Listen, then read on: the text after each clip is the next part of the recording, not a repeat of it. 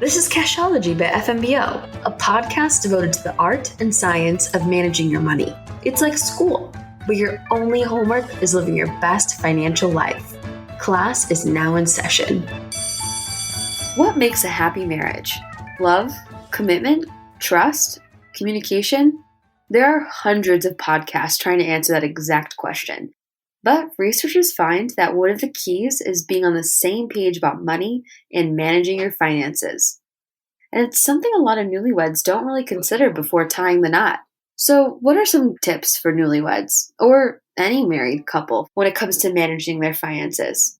That's the question for today. Welcome, and thanks for listening to the Cashology podcast, hosted by me, your guide on the path to financial savvy, Julie Wyans. Today we're joined by Barry and Jennifer Benson, a real-life married couple. Barry is a senior director in agribusiness, and Jennifer is vice president wealth management.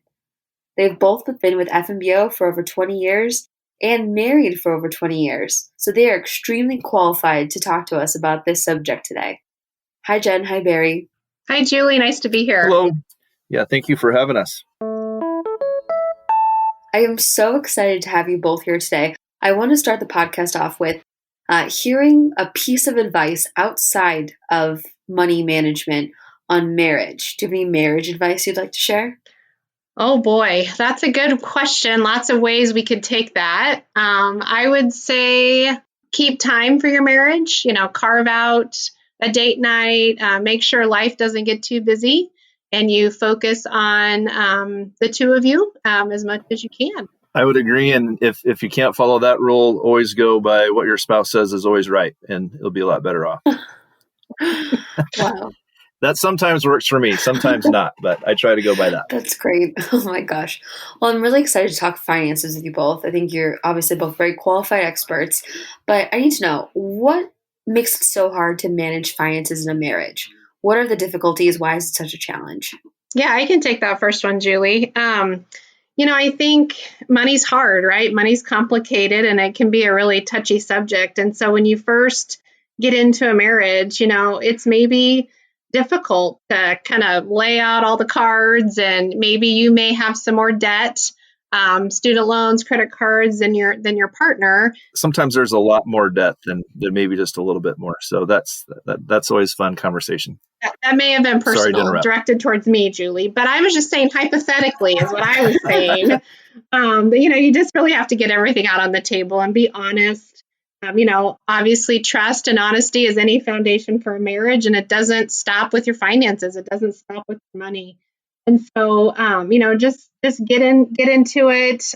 Talk about all of your assets, all of your insurance policies, right? All those things that you maybe never really think about or don't want to think about. That's a hard thing, but it's a big first step. Making sure that, again, you come into the conversation with information, and just build that trust from a finance perspective as well.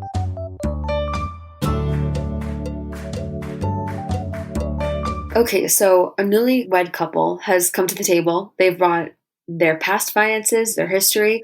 They brought a little bit of humor, according to Barry, or at least what he's shown us today. What then comes next once you lay it all out on the table? What do you do? Yeah, Julie, I think it's best to talk about your priorities and try to generally get in some sort of an agreement on things that are important, whether it being paying down debt, saving to buy a house, buy a car, a lot of those different things that are big picture items.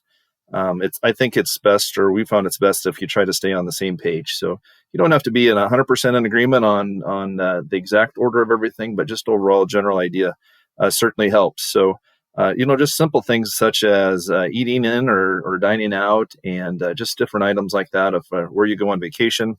Do you have funds to go to the trendy concert when we're not in a COVID time such as now? And so, those type of things take cash and take funds and could lead you astray from your overall general goals and objectives. And again, I don't think you have to be, 100% on all of the exact order, but just overall general perspective certainly helps. So those big picture items of buying a house and paying down student loans. And then once you come up with those priorities, what's your overall plan in order to make those happen? So Are you saving every penny? Or you want to make sure you give yourself a little bit of some fun money too to play with some different items. So those are the items that we found that worked best for us. So you talked about, Barry, those more expensive concerts or figuring out what price you want on the home.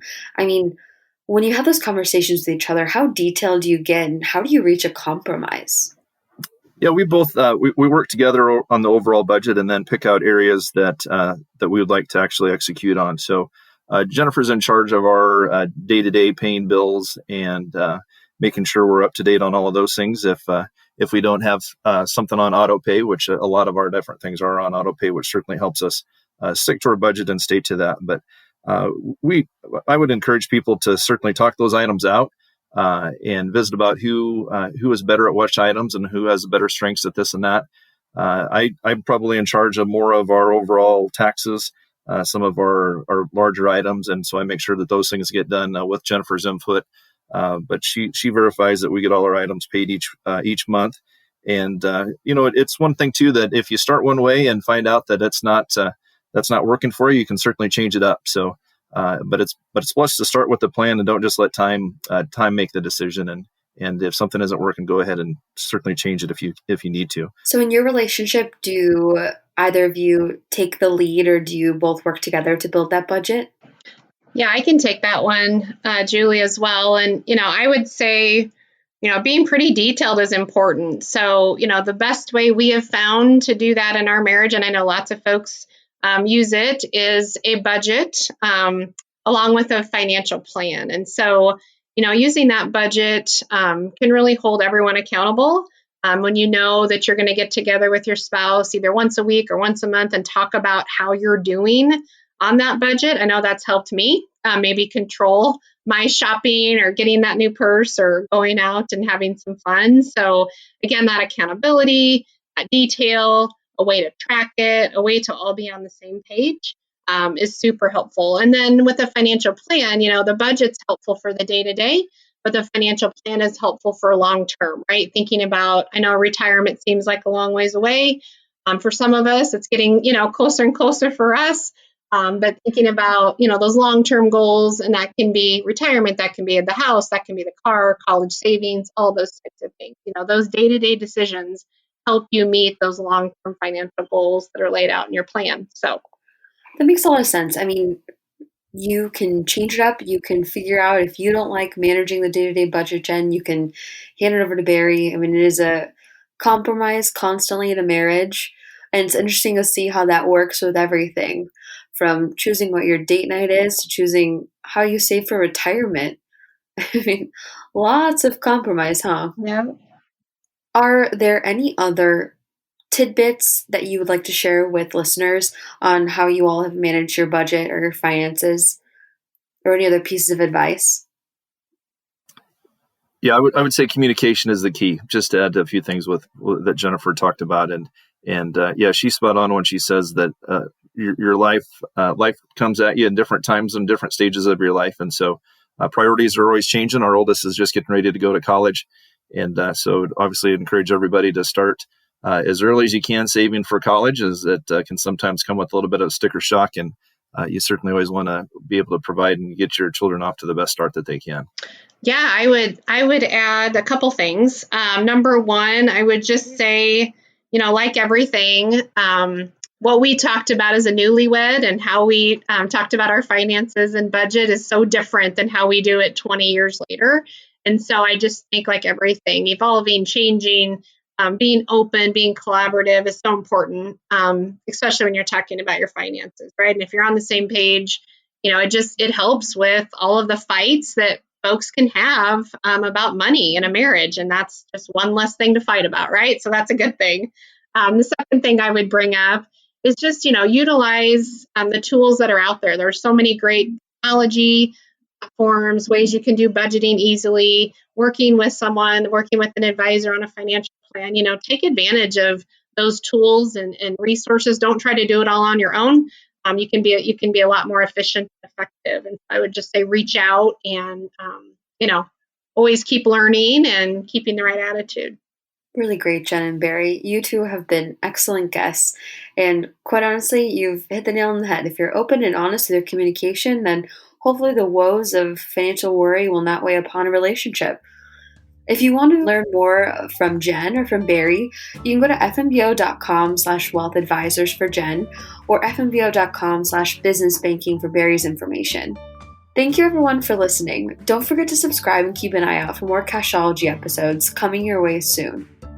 Investment products are not FDIC insured, not a deposit or other obligation of the bank, not insured by any federal government agency, not guaranteed by the bank, may lose value. Information and statements in this podcast are for informational purposes only and are not intended to constitute investment advice or recommendations. First National Bank of Omaha does not make any representation or warranty as to the accuracy or completeness of any information or statements within this podcast.